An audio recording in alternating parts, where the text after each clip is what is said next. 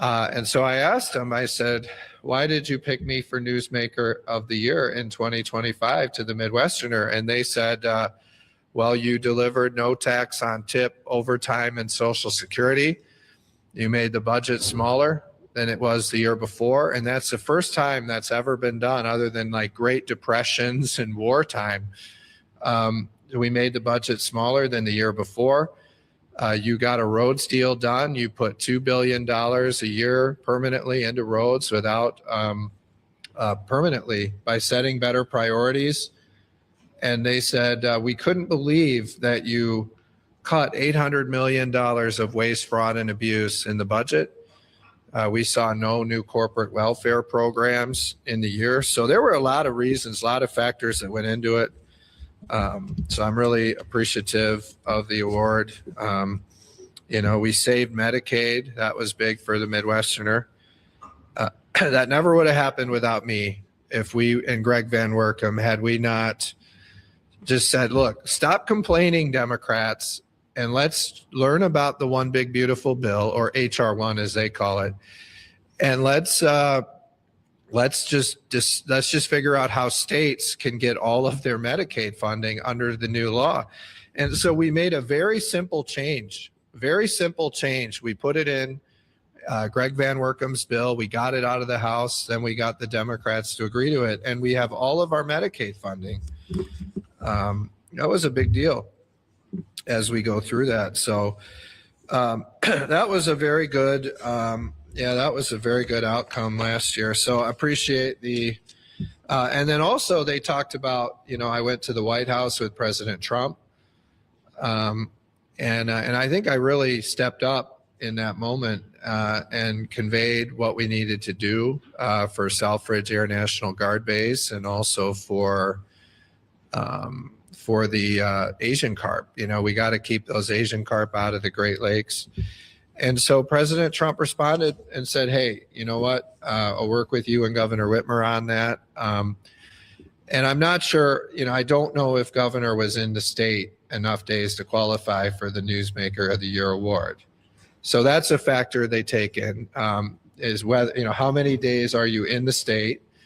And so I don't know what the Midwesterners criteria is there, but I met it. And so I was very proud to win the Midwesterners Newsmaker of the Year.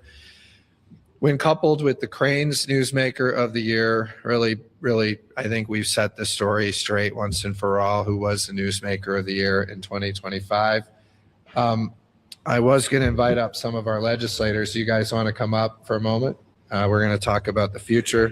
We're going to talk about 2026. Now that 2025 is settled and we know the Newsmaker of the Year, you guys want to come up? Some of our members, you want to? Yeah, so we just wanted to talk a little bit about the future.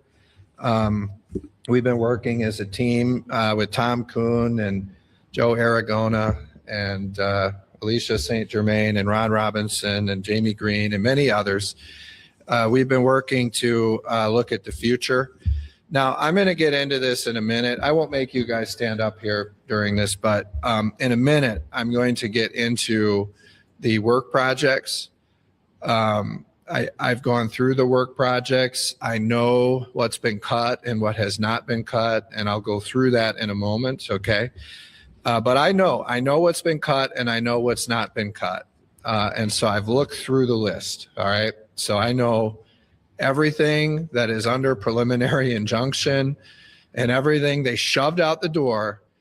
And so looking at this, what's become very clear to me is as we move forward with this supplemental, we do not need to include any of this stuff that was cut from the work projects in the supplemental.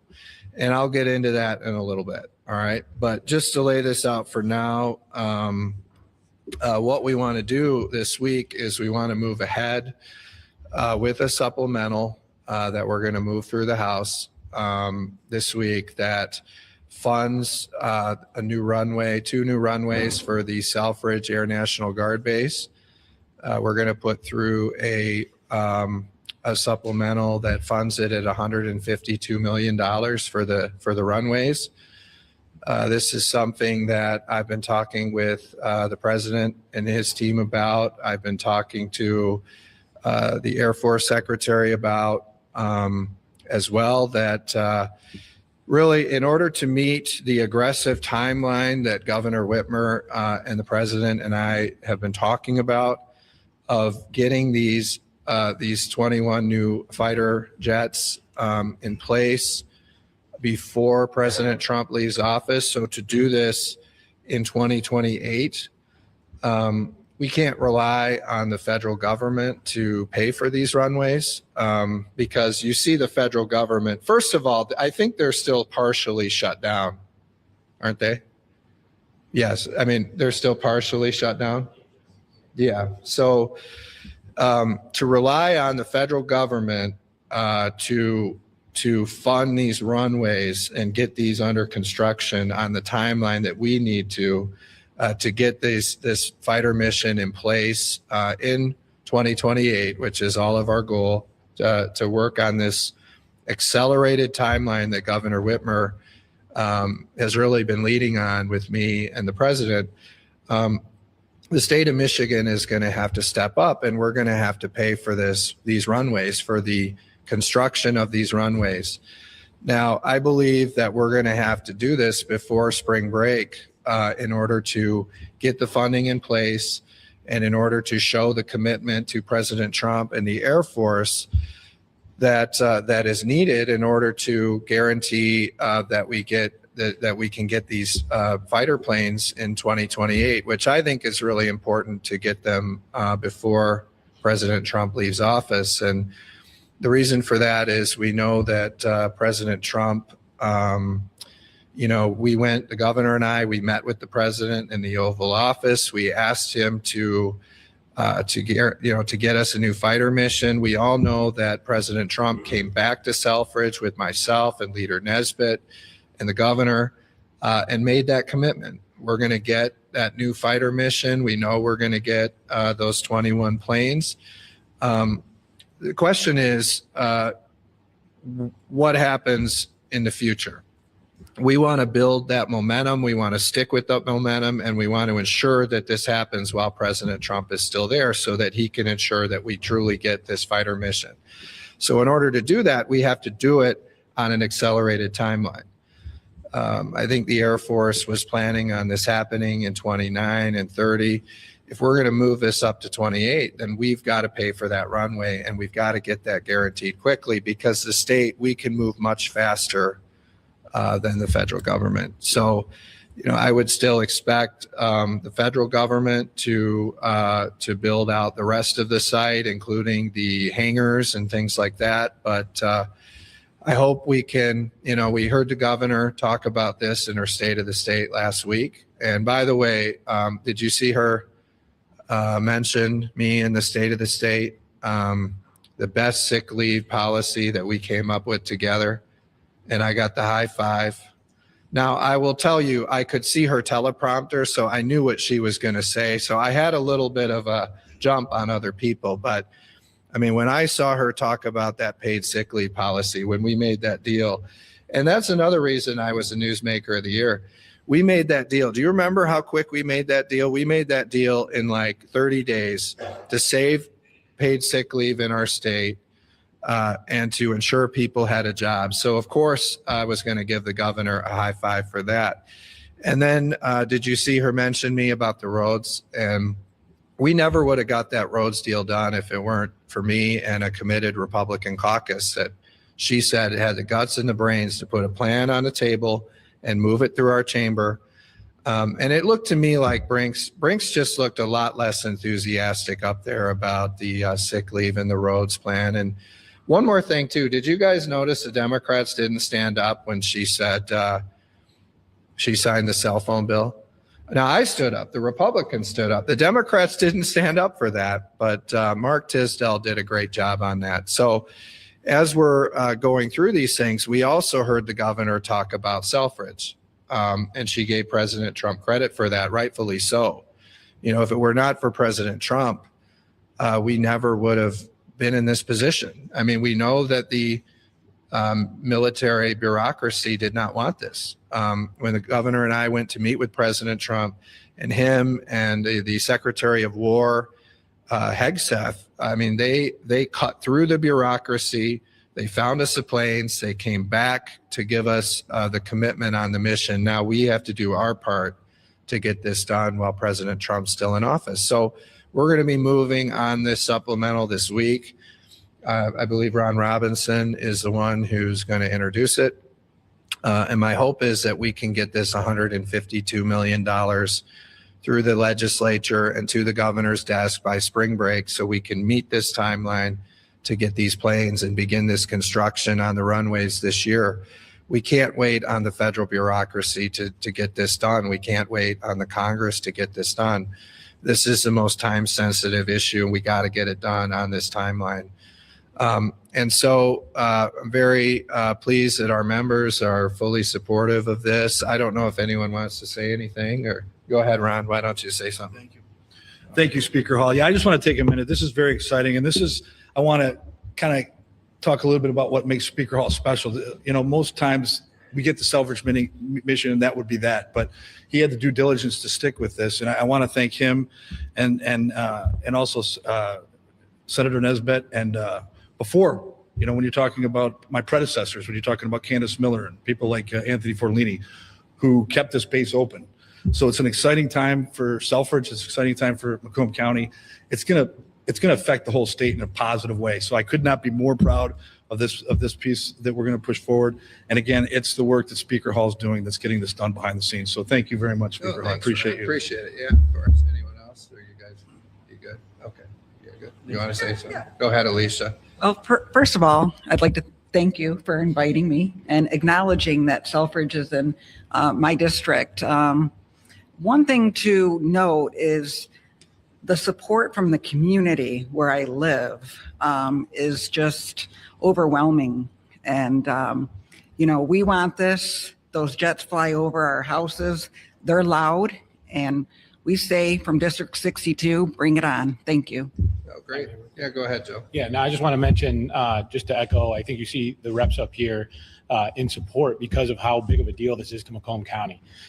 Selfridge and the defense corridor is looked at at about $1 billion in economic impact for Macomb, right? So if Selfridge were to fall, how many other businesses, both large and small, would kind of be in jeopardy? So the fact that, Mr. Speaker, you're putting this much emphasis on this to make sure that we have this fighter mission at Selfridge and that we keep Selfridge, it's extremely important, and we really, really are grateful. So thank you. Oh, thank you. Yeah, appreciate that, Joe. You're great.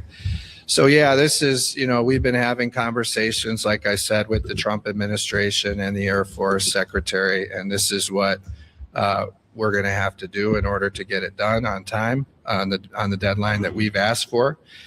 And my hope is that the Democrats won't try to make this a partisan issue or try to throw a bunch of pork in the budget. We've got to do this, and we've got to do it fast to meet this aggressive timeline set by our conversations with the president and the governor. So we're going to move ahead with that. So appreciate everyone and your work on that. It's a great group. So you don't have to stand up here if you don't want to, because you may not endorse everything I say after this. Oh, you might. Well, we know Tom will, but all right. I feel bad. These guys stand up here for an hour and 15, you know, and so you guys, you're welcome to be here or whatever, but, or to go, but thank you. We're going to get that done, and we're going to move it this week. And my hope is the Senate will move quickly, because we're really going to have to do this before the end of spring break to meet the timeline. Now I do, you know, I really take pride in educating the media to help you guys be more accurate in your reporting. And so we're going to do that now. I just want to talk through the, I don't know how to use this, but I have the, look at this. Oh, did you guys see this? This is what we're educating you guys on. No, I'm just kidding. The Newsmaker of the Year. It's beautiful. I don't know who did that, but that was beautiful, Travers. Oh, look at this. We all remember this day, and we're going to make another day like this in 2028. All right. Now I want to go through the work project. So I have a full accounting. I know exactly what was encumbered, what was not encumbered, what's under preliminary injunction, what's not. And with that information, that's where I come to this conclusion that we don't need to fund any of this stuff in a supplemental. We can just move forward with Selfridge clean.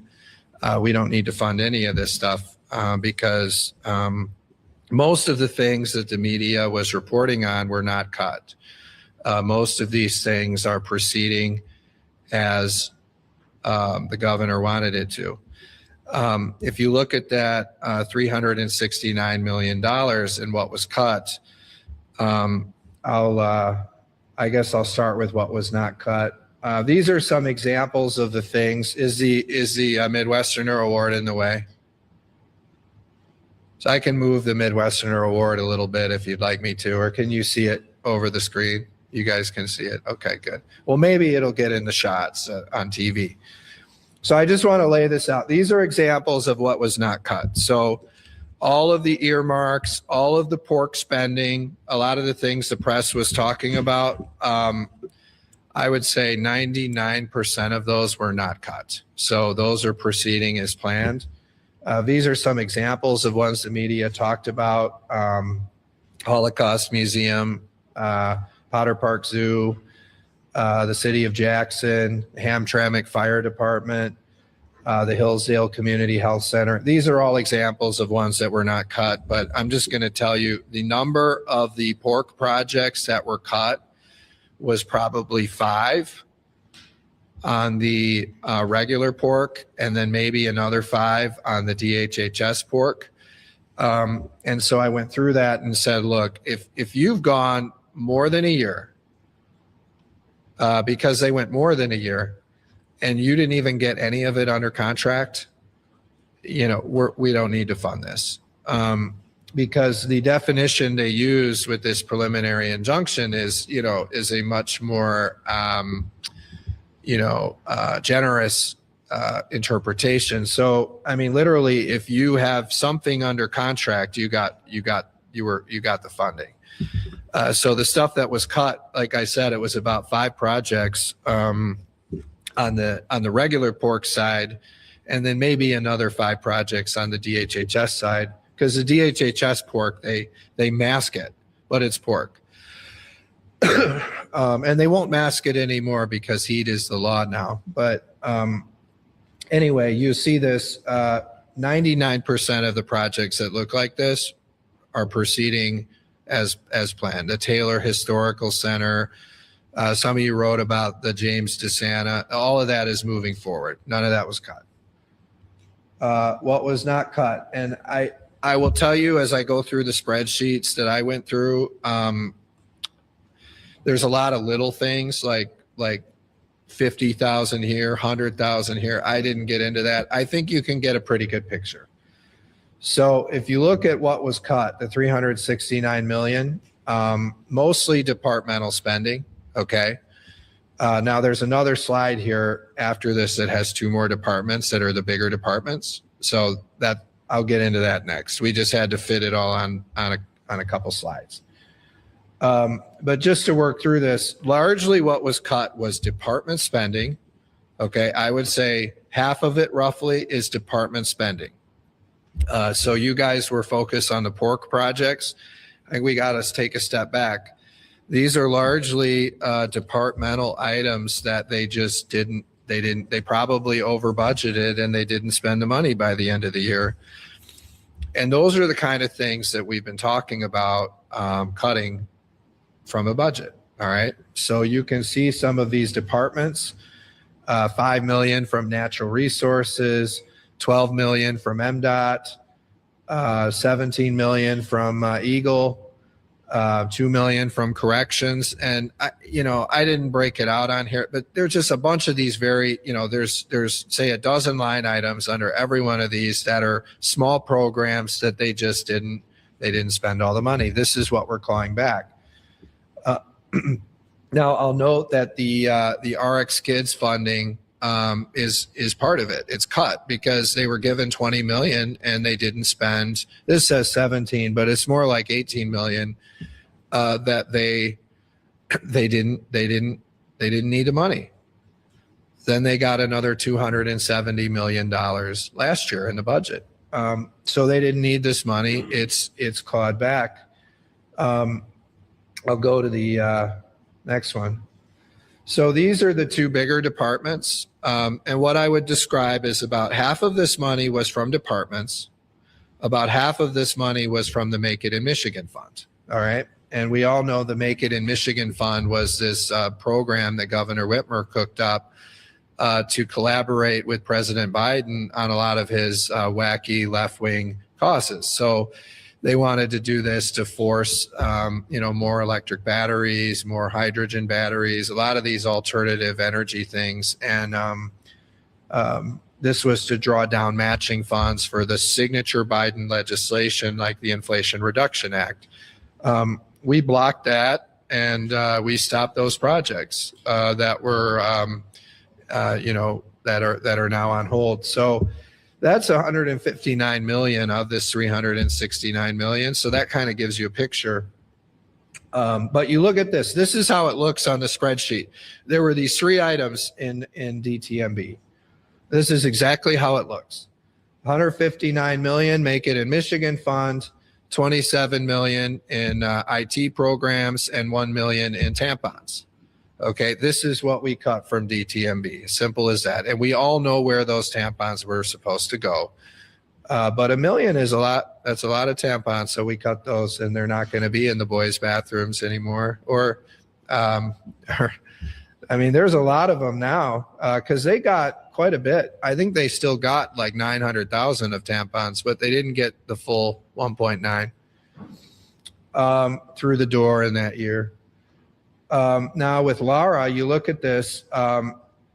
This says 56, but I think it's 55 million in Indigent Defense Commission grants, 5 million in renewable energy grants, and 3 million in federal energy grants. And this is exactly, they might add a couple more complicated words, but this is exactly how it looks on the spreadsheet for Laura.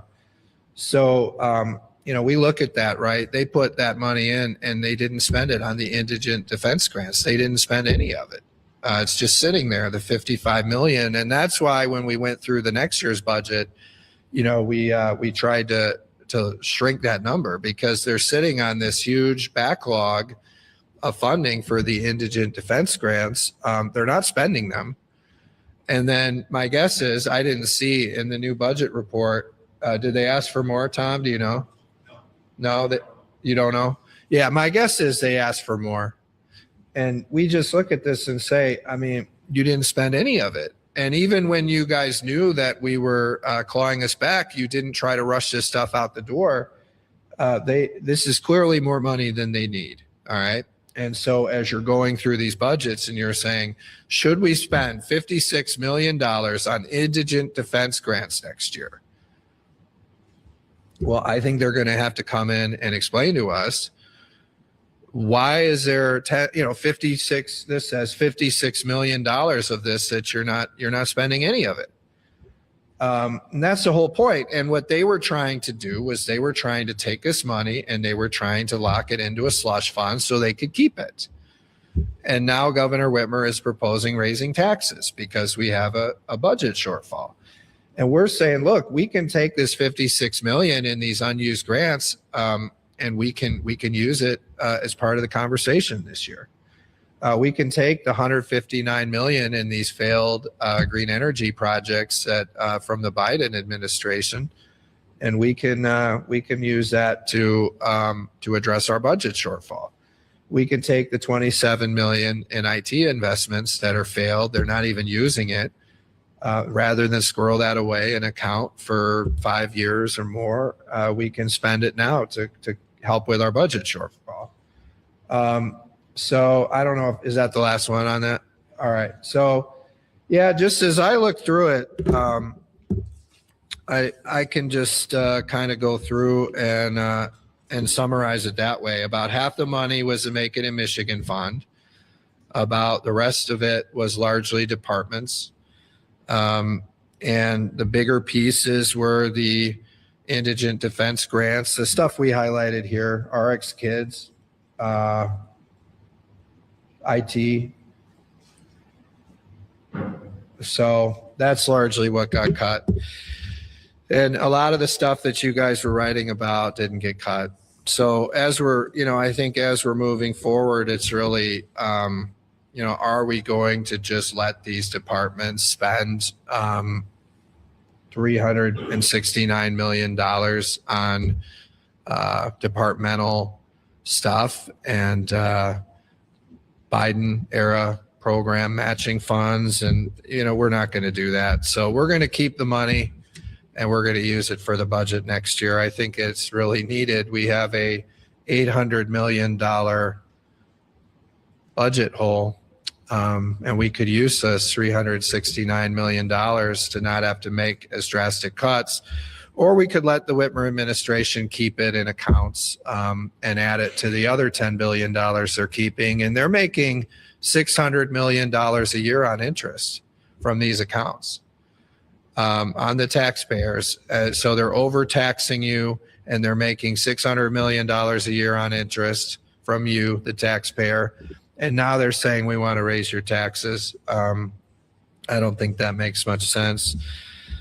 Just looking through some of the things that we had talked about before, we blocked all of the EV chargers. They want those EV chargers all over the Lake Michigan lakeshore. We cut that. We cut funding for the welfare for illegal aliens through the Office of Global Michigan.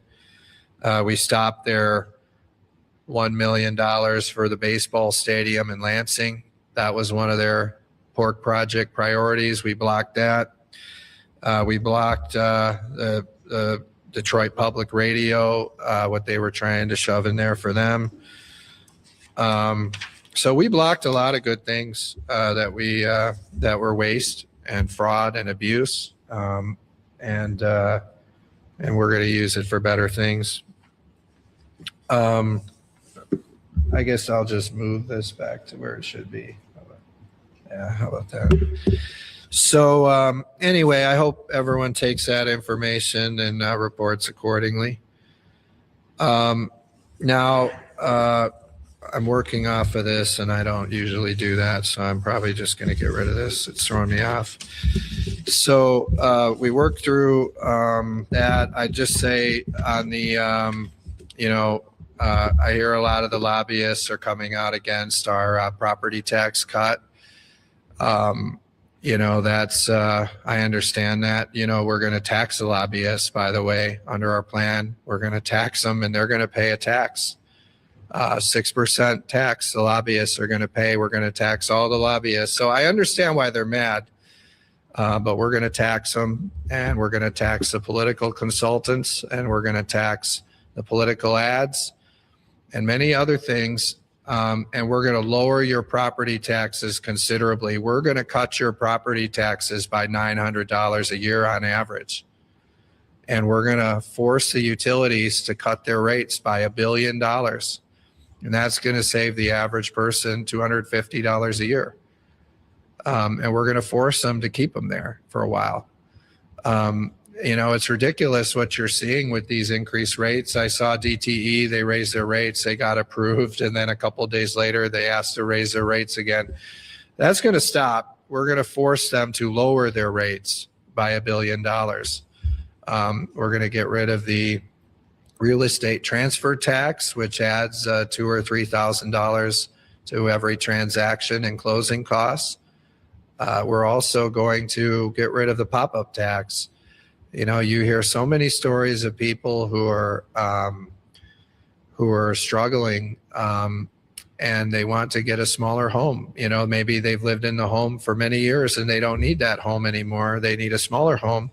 And if they sell their home, their property taxes double or triple.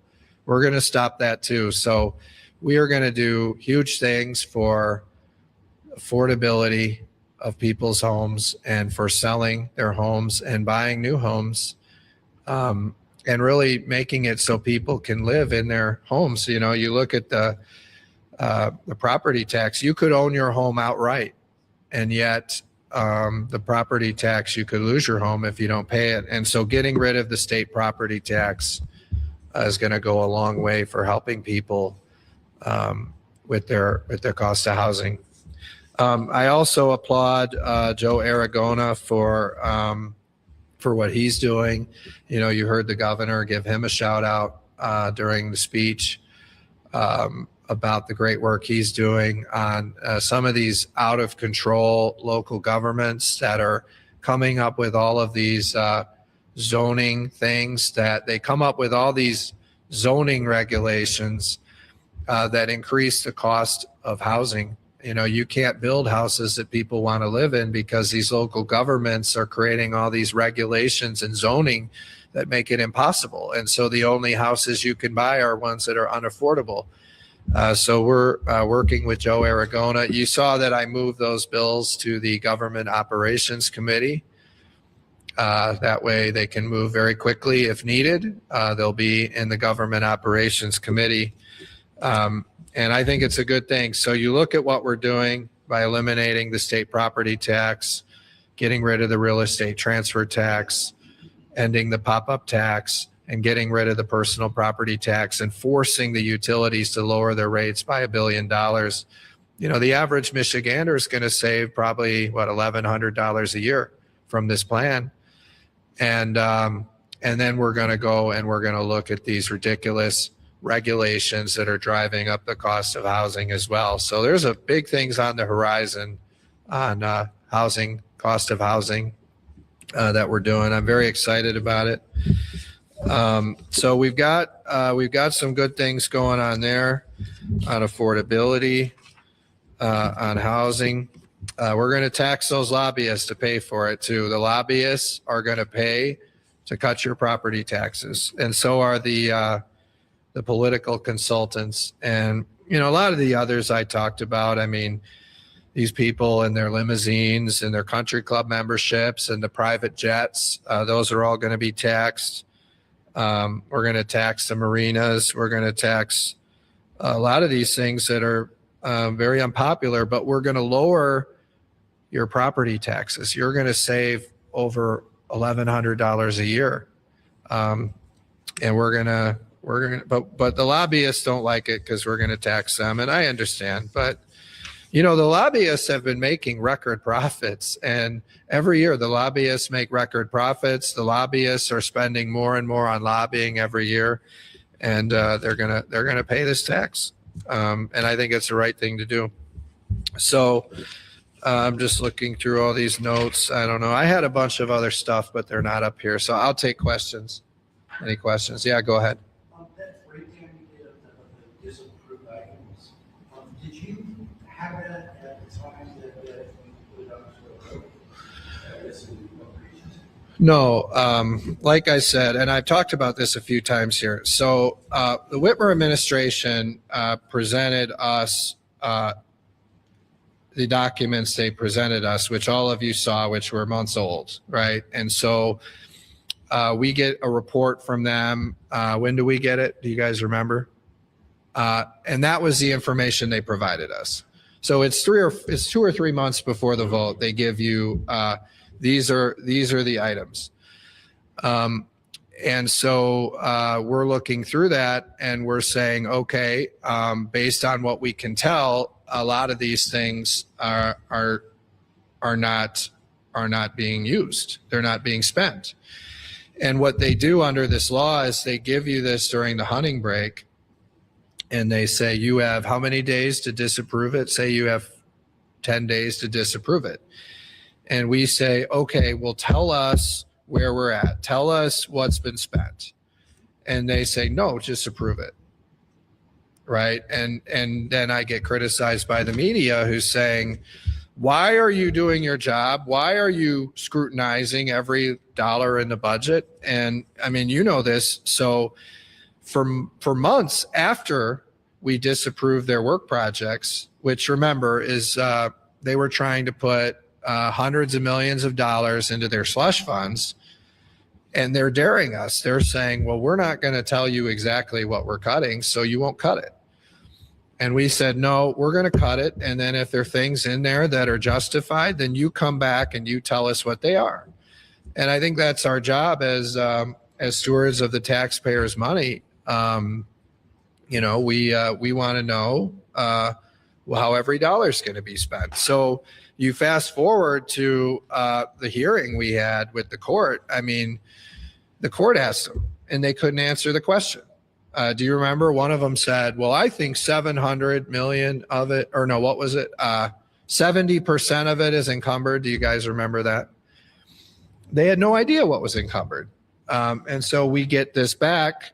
Now we know, but it took them until last week to know what was cut. And I'm just saying when they come to me and they're trying to shove $600+ million into their $10 billion slush fund and ask for tax increases, we're saying, let's slow this down. And you come back, we're going to cut it. And you guys come back and you tell us, is any of this justified? What is it? So again, I would put that on the administration that why is it takes until end of February for them to be able to tell us what they spent. And we had to make this decision in November, as you guys know, November, December. So I think it was a good outcome, right? Which is, where we are is we're holding up some of these items, most of which is waste, fraud, and abuse. And we can, we'll still have to deal with the courts, but hopefully we can work a deal where we find a better use for this money. And my hope is in the future, the Whitmer administration will do a much better job, or the next administration, because they'll be gone, will do a much better job of accounting for this money. They should have a better handle. How much was spent? How much are you asking us for? Why does it need to be delayed more than 1 year? And when will it be complete? And show it to us. If they would have had their ducks in order, we could have been more surgical in how some of the cuts went. Yeah, go ahead, Beth.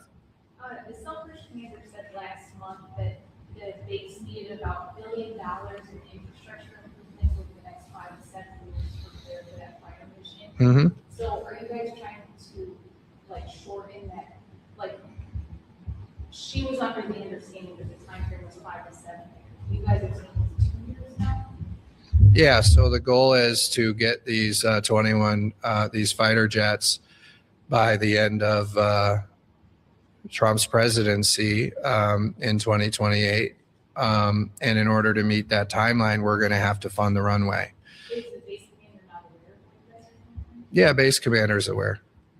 Why did she say that? You're probably quoting it in a manner that is not as complete as the manner I'm quoting it in. So in order to get the fighter missions, we've got to fund the runway, which is $152 million. Under the original plan, they were going to fund the runway. But we've asked for this more accelerated timeline, and the president's agreed to it. And so what we're going to have to do is we're going to have to get that $152 million.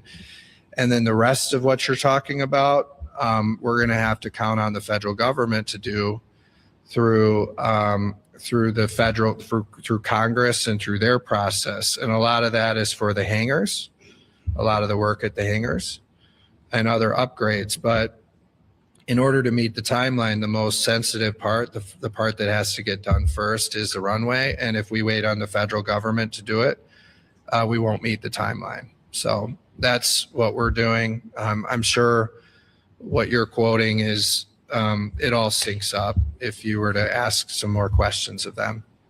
Go ahead, Kyle. Yeah, so Speaker, I just want to make sure I understand the waste fraud abuse number that you had up there. Yeah. How much of that number is from the work projects that you guys denied last year? About half of it, maybe? What do you mean? So that was all waste fraud abuse. This? 360. That's what, this is all work projects. Sorry. Yeah, all this is, so the 369 is what is currently under preliminary injunction for the work projects. Okay. And so remember, the original number was 600 some million. Okay, so that is all work projects. Yeah, there's a little bit for Department of Education on here, and then some very small things that are, I was trying to summarize it for you guys on the chart. Yeah, so essentially this is, what I attempted to do with this slide was to break down 95% of what was cut.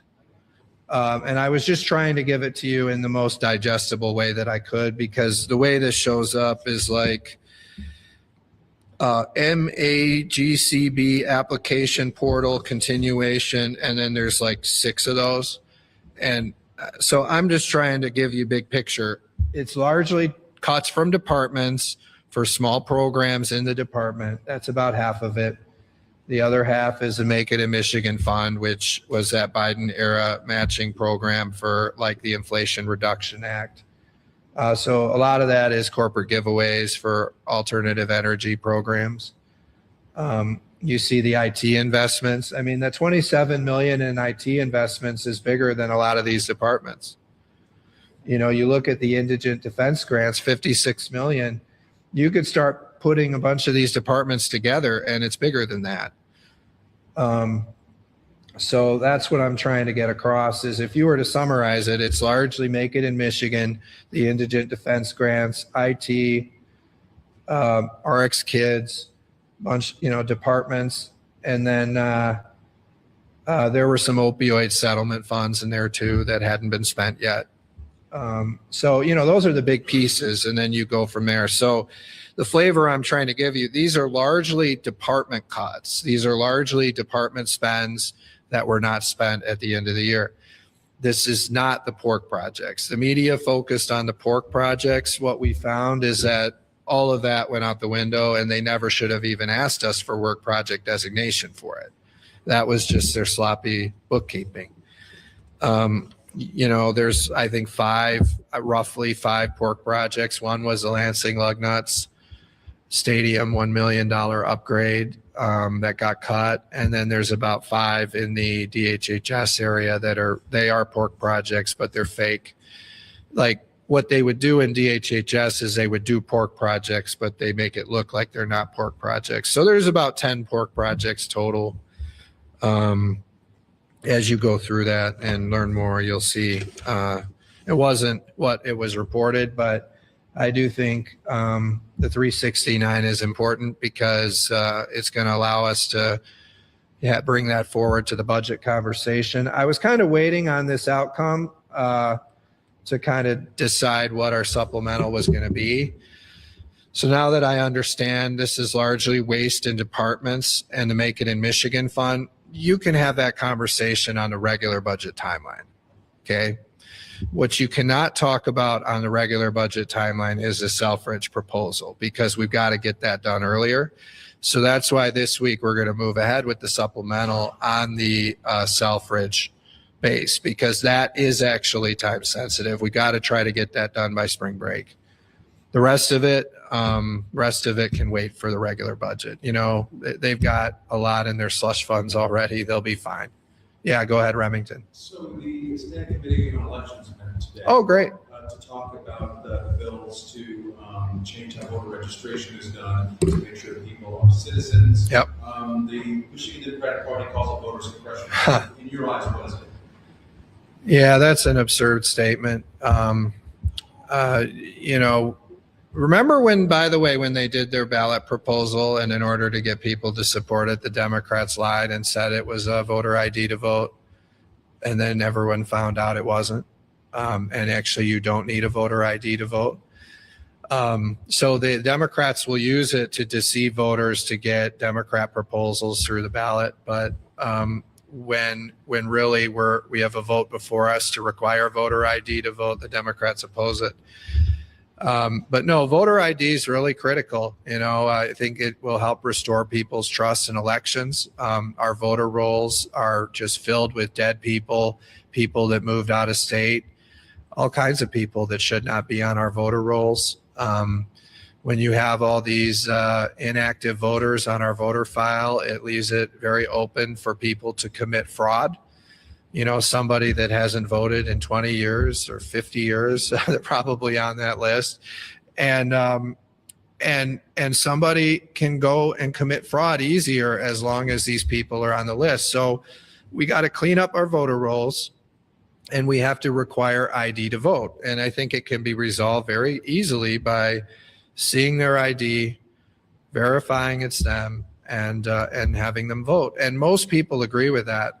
Most Democrats agree, all Republicans, and most independents agree.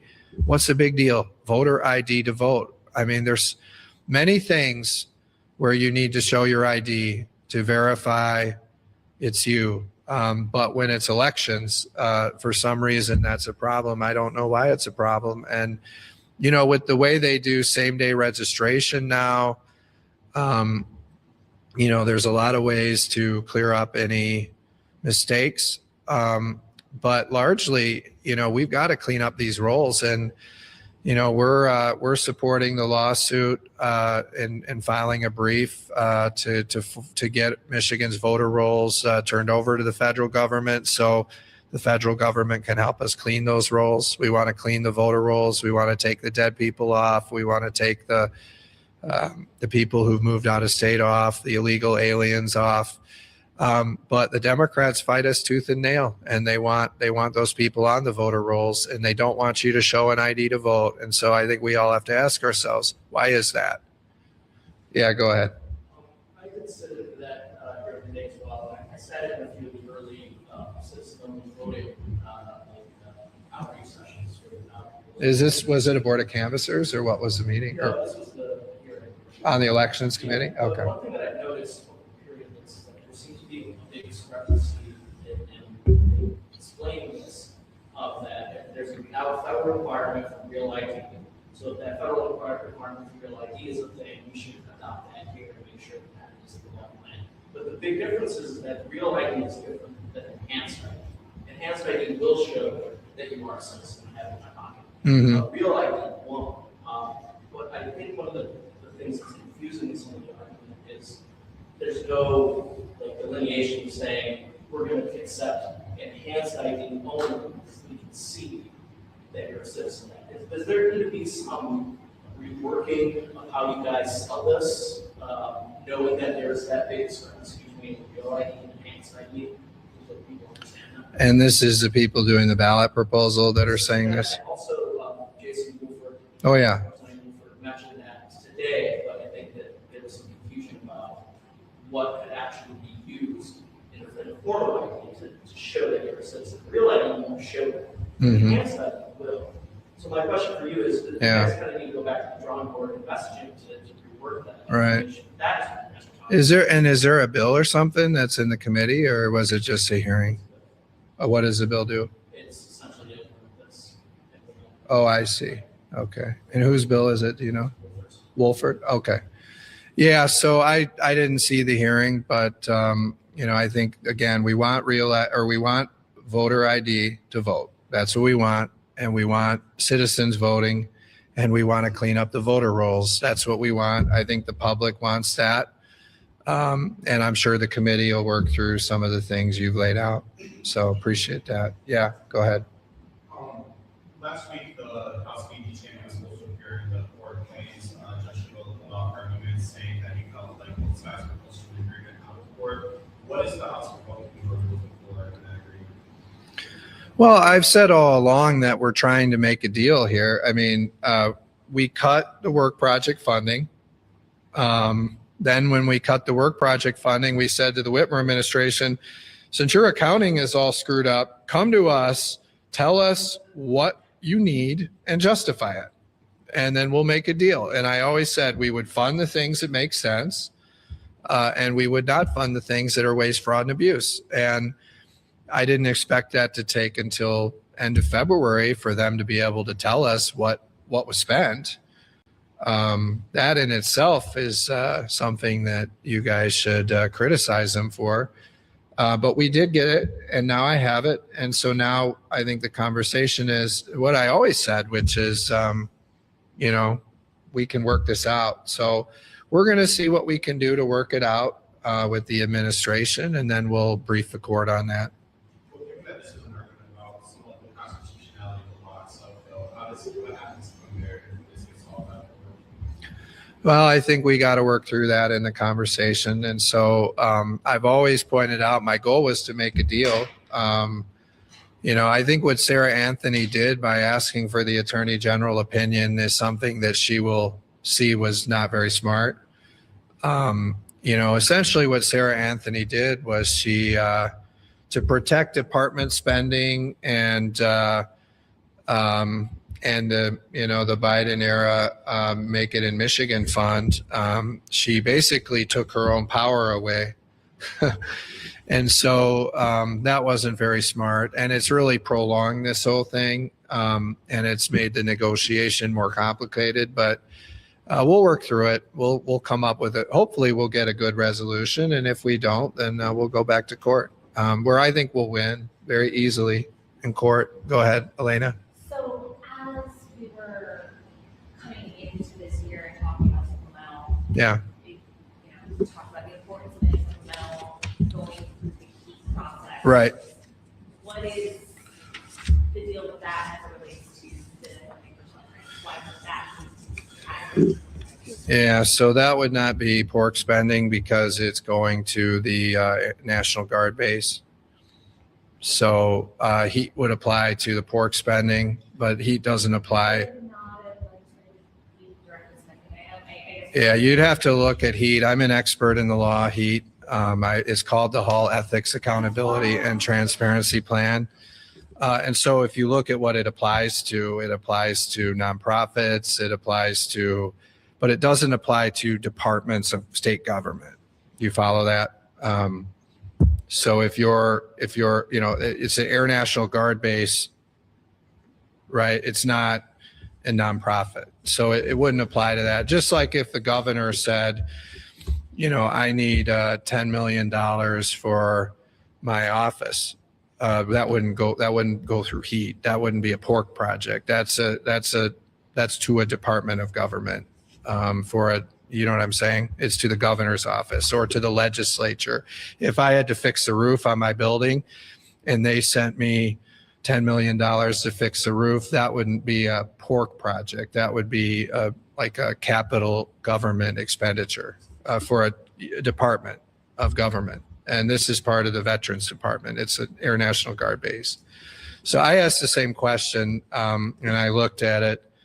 And so that, as we're working through heat, the purpose was not to force transfer normal department budgets to be subjected to a 45-day wait period. It's those projects that are to the covered entities like the nonprofits and the local governments, which are separate entities in the state. Go ahead, Simon. U.S. defense budget is north of $100 billion. Right. Why is it worthwhile to instead allocate $150 million to Michigan defense on a year where we're already seeing sort of revenue declining, potential budgetary shortfalls, as well as project falls in Well, I think what's important is we got that commitment from President Trump. President Trump has proposed this new fighter mission for Michigan. And I think the best thing we can do to ensure that it's going to happen is make sure it happens while President Trump is president. The conversations that I've had with the Secretary of the Air Force, that's the commitment I'm willing to make, we're going to get you this runway to meet the timeline if you can do your job to meet the timeline that the president set. And one of the biggest delays was the runway construction. And if we're going to wait on the federal government to fund the runway, then we're not going to get this thing done on time. And so what I believe we risk is under a new president going back to what we had under Biden, which is we're just going to let the lower level people direct this, and they don't want this in Michigan. So in order to guarantee it is in Michigan, I think we've got to make this timeline, and I'm supporting the timeline that the governor has been pushing. I'm supporting her, and I've been working directly with the Secretary of the Air Force to figure out what we need to do. And we know this spending is going to start in the legislature.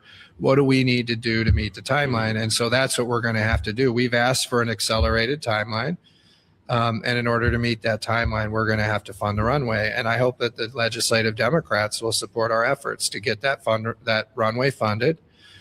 And then we can meet the timeline. But we're still going to require, the federal government is going to have to perform on the rest of the deal. And I know our U.S. Senators, Peters and Slotkin, are committed to helping with that. Our congressional members, Lisa McClain, John James, and the rest of our congressional members are working on that. And the Trump administration is supportive. So they're going to get us the rest of that federal money, but it's not as time sensitive. But I think the risk is if you don't move this thing and work aggressively to meet the timeline, you could lose it. And we're talking about, you heard Joe Aragona talk about the big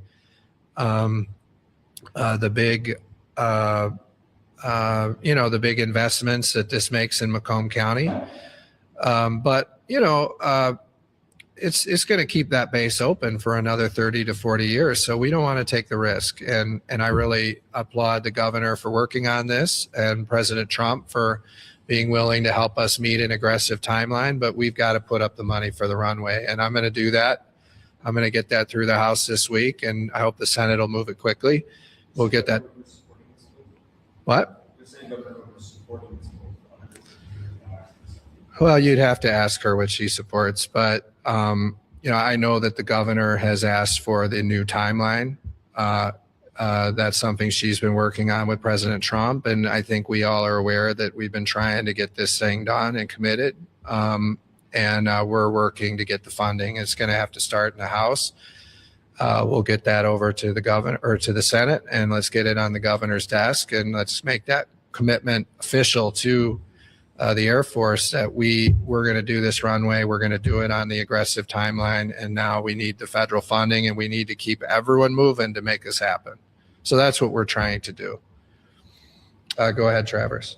The DOJ, they filed a motion for an emergency appeal in this case seeking election information Right. from the Secretary of State. How important do you think the DOJ's effort to vet Texas election oversight are to ensuring a free and fair election in 2026? Yeah, well, we're supportive of the lawsuit. We're filing an amicus brief in the appeal that's going on. It was too bad this first judge didn't get it right, but I think this appeals court will get it right. We want clean election rolls. I was at the White House a couple weeks ago, and I can tell you firsthand, they're finding so many dead people and people that have moved out of state and illegal aliens on these databases, on these rolls when they work with the federal government. And they look and they share information. And don't we want dead people and illegal aliens and people that have moved out of state off our voter rolls? I mean, we all should want clean, accurate voter rolls that we can have confidence in. So I think ultimately Benson will lose the case. But it's a shame it has to be such a fight because everyone should share that goal of wanting to have clean voter rolls.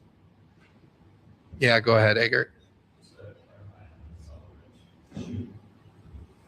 Governor, who was, I guess, elected the Trump administration to say we want a clear timeline?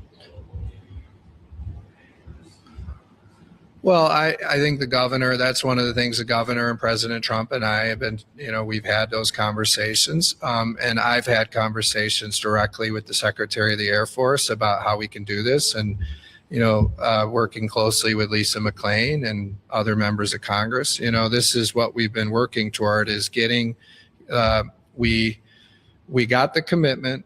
Now we got to work through all the details to make sure the commitment happens. And this is the most time sensitive part of getting that done. And so my plan is to get this through the House this week. I hope the Senate will act on it very soon, and we'll get this off to the governor and she can sign it and make that commitment to President Trump. This is really giving her what she needs in order to get the federal, the rest of the federal money, some of which Beth talked about.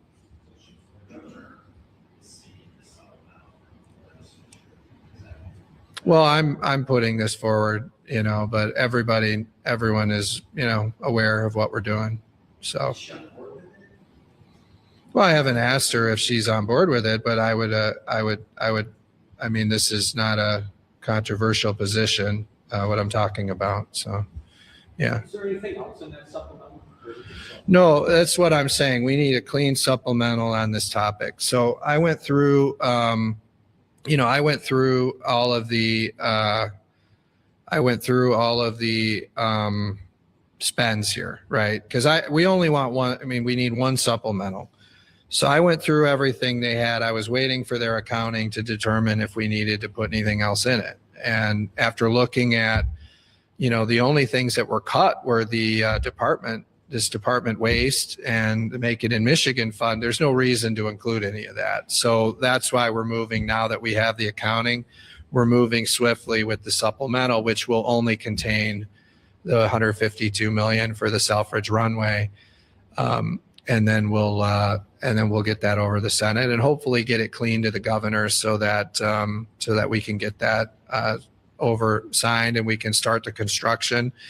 That construction has to start very soon. So that's why it really has to be done by the spring break. That's the key. This is more time sensitive, so it has to move on another track, because once you get the funding, all the stuff that has to go into the construction has to happen. And then they got to get broken ground on that early, within the next few months to meet the timeline. What'd you say? It could. I mean, it's possible, but we're not. We're sending over clean with just Selfridge. Yeah, go ahead, Beth. Brett Thompson was paying her son to do political consulting with campaign funds, even after he was charged with domestic violence or a domestic violence case. Do you have an opinion on lawmakers and family members for that kind of service? I don't have an opinion on that. It's not something I've done, right? But my understanding is, according to your story in Congress, there's examples where it occurs in limited circumstances. So, that was what Rep. Thompson was doing. And I don't have an opinion on it. Have you talked to her about this? No, I haven't. Do you plan to?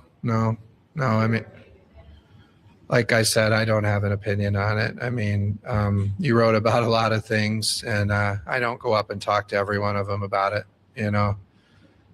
Maybe I should talk to some of the Democrats about what they're doing, but I don't. I got a lot of things I'm doing, like trying to deliver this fighter mission for Michigan. I can't go to every one of these people and talk to them about every story you write, or Craig for that matter. Yeah, go ahead. Kind of on the same line of questioning, but different case. Representative Whitsett is not seeking re-election. She's been absent for many months from the House. Would you support putting in rules to make sure that representatives show up? So I'll just say, we were disappointed. I was disappointed to hear that Karen Whitsett's not running again. She's been a great advocate for Detroit, and I know she cares very much about her constituents.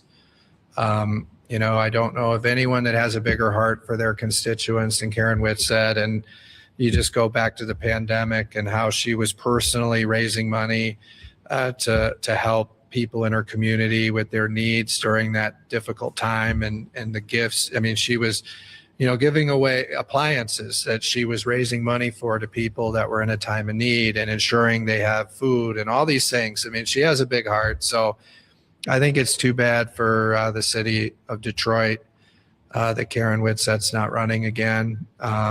And I was personally hoping she would run again. I don't think people will ever forget some of the sacrifices she made to ensure that a lot of really bad things didn't happen up here during the Democrat trifecta. And by the way, did you see these radical left people coming out?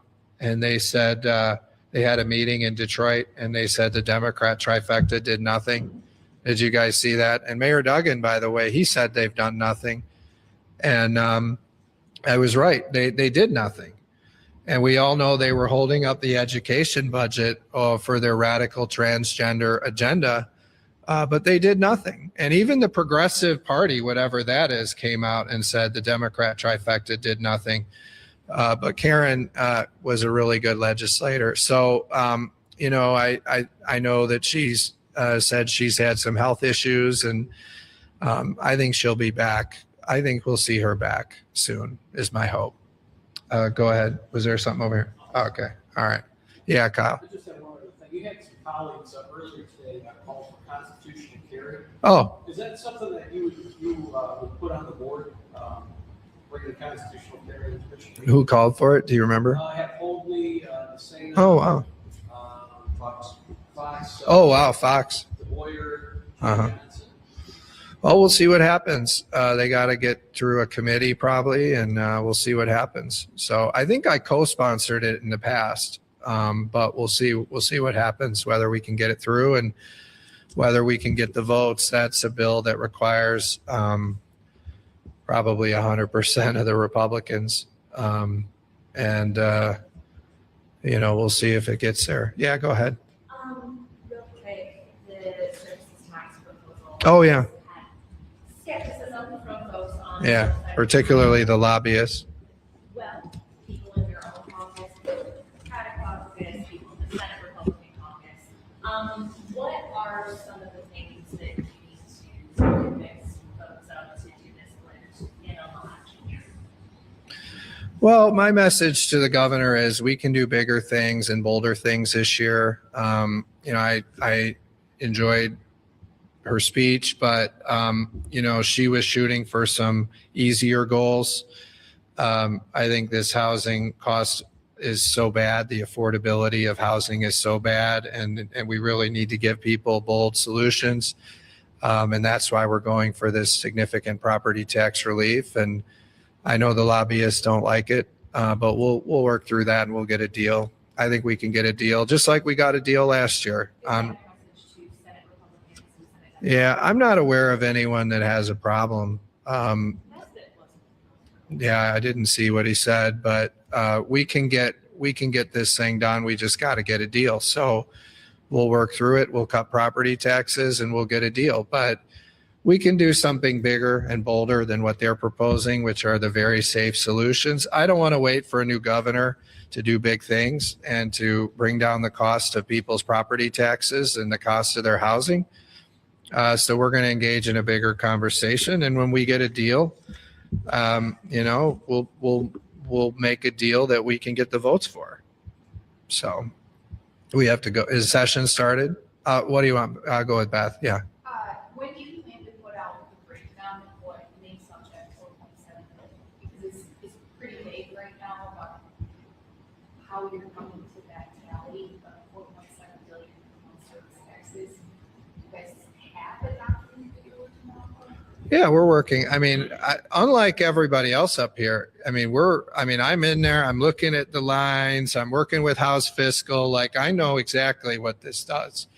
And so we're working through exactly what's in and what's not in, but where we're at now, you know, it's what I've laid out, and you're going to tax a lot of these, the lobbyists, you're going to tax the political consultants. I talked about the limousines and a lot of these other luxury services, and you can get 4.7 billion out of that. But I just say, you know, what we're really trying to do is dramatically lower people's property taxes, and it's going to be a real difference they can feel. Cost of housing is a big issue. There's a consensus on that, and these property taxes are way too high. I mean, people could really use the $900 a year on average. We're going to save them on that, and the $250 we're going to save them on their energy bills, and that's about $1,100 of money back in somebody's pocket once we get this property tax cut, and once we force the utilities to lower their rates. So this should be a good thing. The media should be happy. So, you know, you guys have houses, but yeah.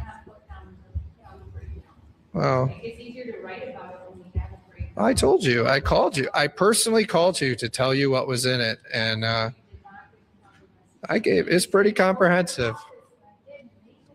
I left the lobbyists out. That's why I came here today to tell you the lobbyists are getting taxed and they're going to pay this tax.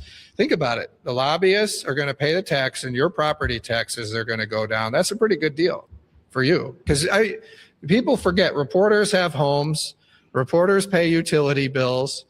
So you guys are going to benefit too. So, all right. Oh, Remington. You should have waited for me to get rid of the pop-up tax before you sold your house, man. All right. Well, I'll help you on the next one. All right. Thanks, guys.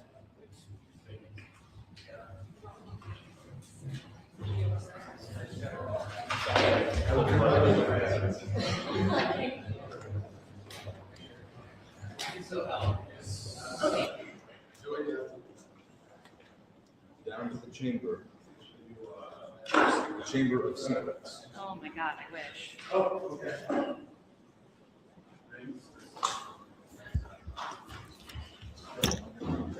You know, if there were a breakdown, I'm sure we would have a PowerPoint about it.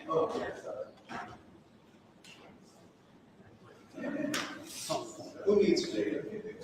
Who needs hard data? I clicked on this 18 house school. Besides,